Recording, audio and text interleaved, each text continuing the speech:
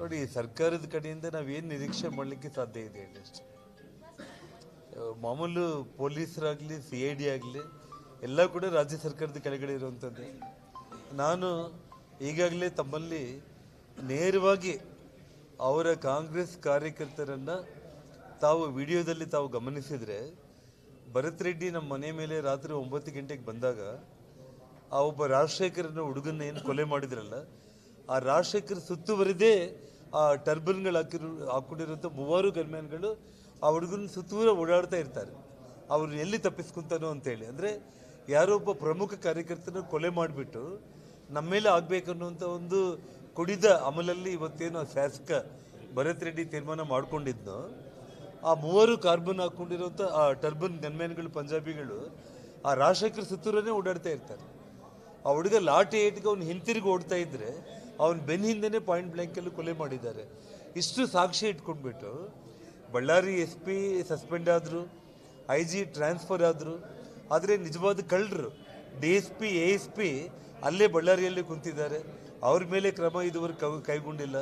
ಅವನು ಸತೀಶ್ ರೆಡ್ಡಿದು ವಿಡಿಯೋ ನಾನು ಬಿಡುಗಡೆ ಮಾಡಿದೆ.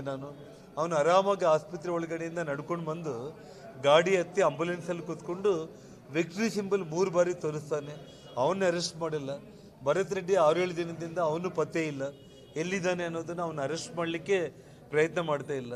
ಹೊಸ SP IG ಇಬ್ಬರು ಬಂದಿದ್ದಾರೆ, ಅವರು ಅರೆಸ್ಟ್ ಮಾಡೋ ಪ್ರಯತ್ನ ಮಾಡ್ತಾ ಇಲ್ಲ. ಆ ASP DSP ಮೇಲೆ ಇದುವರೆಗೂ ಕ್ರಮ ಇಲ್ಲ.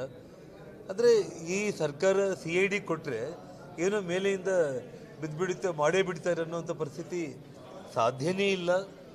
ರಾಜ್ಯ ಸರ್ಕಾರದಲ್ಲಿ ನಮ್ಮ ಪೊಲೀಸರ ಬಗ್ಗೆ ಗೌರವ ಇದೆ ನನಗೆ. ಆದರೆ ಈ ರಾಜ್ಯದ ಉಪಮುಖ್ಯಮಂತ್ರಿಗಳೇ ನಾನೊಬ್ಬ ಶಾಸಕ ಕ್ರಿಮಿನಲ್ ಬೆನ್ ಹಿಂದೆ ನಾನು ನಿಂತ್ಕೊಂಡಿದ್ದೀನಿ ಅಂತ ಹೇಳಿದ ಮೇಲೆ, ಜನಾರ್ದನ್ ರೆಡ್ಡಿಗೆ ಸೆಕ್ಯೂರಿಟಿ ಅಮೆರಿಕ ಚೈನಾದಿಂದ ತೊಗೊಂಡು ಬರ್ಲಿಕ್ಕೆ ಹೇಳ್ರಿ ಅಂತ ಹೇಳಿದ ಮೇಲೆ, ಜನಾರ್ದನ್ ರೆಡ್ಡಿಗೆ ಏನಾದರೂ ಗುಂಡೇಟ್ ಇಲ್ಲಿ ಬಿತ್ತ ಅಂತೇಳಿ ಒಬ್ಬ ಉಪಮುಖ್ಯಮಂತ್ರಿ ಮಾತಾಡಿದರೆ ಇನ್ನು ಪೊಲೀಸರು ಅವ್ರಿಗೆ ಧೈರ್ಯ ಬರುತ್ತೇನೋ ಇನ್ವೆಸ್ಟಿಗೇಷನ್ ಮಾಡಲಿಕ್ಕೆ.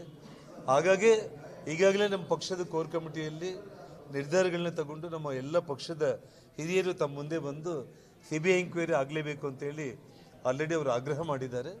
ಹಾಗಾಗಿ ಇವತ್ತು ನಮ್ಮ ಹೋರಾಟದ ರೂಪುರೇಷೆಗಳ ಬಗ್ಗೆ ಇವತ್ತು ನಾಳೆ ಅದಕ್ಕೊಂದು ಸರಿಯಾದ ನಿರ್ದಿಷ್ಟವಾಗಿ ಪ್ಲ್ಯಾನ್ ಮಾಡಿ ಹೇಳೋದಾಗುತ್ತೆ. ಹಾಗಾಗಿ ಈ CID ತನಿಖೆಯಿಂದ ಇನ್ನೊಂದರಿಂದ ನ್ಯಾಯ ಸಿಗುತ್ತೆ ಅನ್ನೋದು ಸುಳ್ಳು. ಇವತ್ತಿಗೆ ಘಟನೆಯಾಗಿ 10 ದಿನ ಆದರೂ ಕೂಡ ಆ ಕೊಲೆಗಡಕರನ್ನು, ಕ್ರಿಮಿನಲ್ಸ್ಗಳನ್ನು, ಸತೀಶ್ ರೆಡ್ಡಿನ, ಭರತ್ ರೆಡ್ಡಿನ ಬಂಧನ ಮಾಡೋವರೆಗೂ ಕೂಡ ನಮ್ಮ ಹೋರಾಟ ಯಾವುದೇ ಕಾರಣಕ್ಕೂ ಕೂಡ ನಿಲ್ಲಲ್ಲ. ಇದು CBI ಎಂಕ್ವೈರಿಗೆ ಕೊಳ್ಳೇಬೇಕನ್ನೋ ನಮ್ಮ ಸ್ಟ್ಯಾಂಡ್ ಏನಿದೆ ಅದರಲ್ಲಿ ಬದಲಿಲ್ಲ.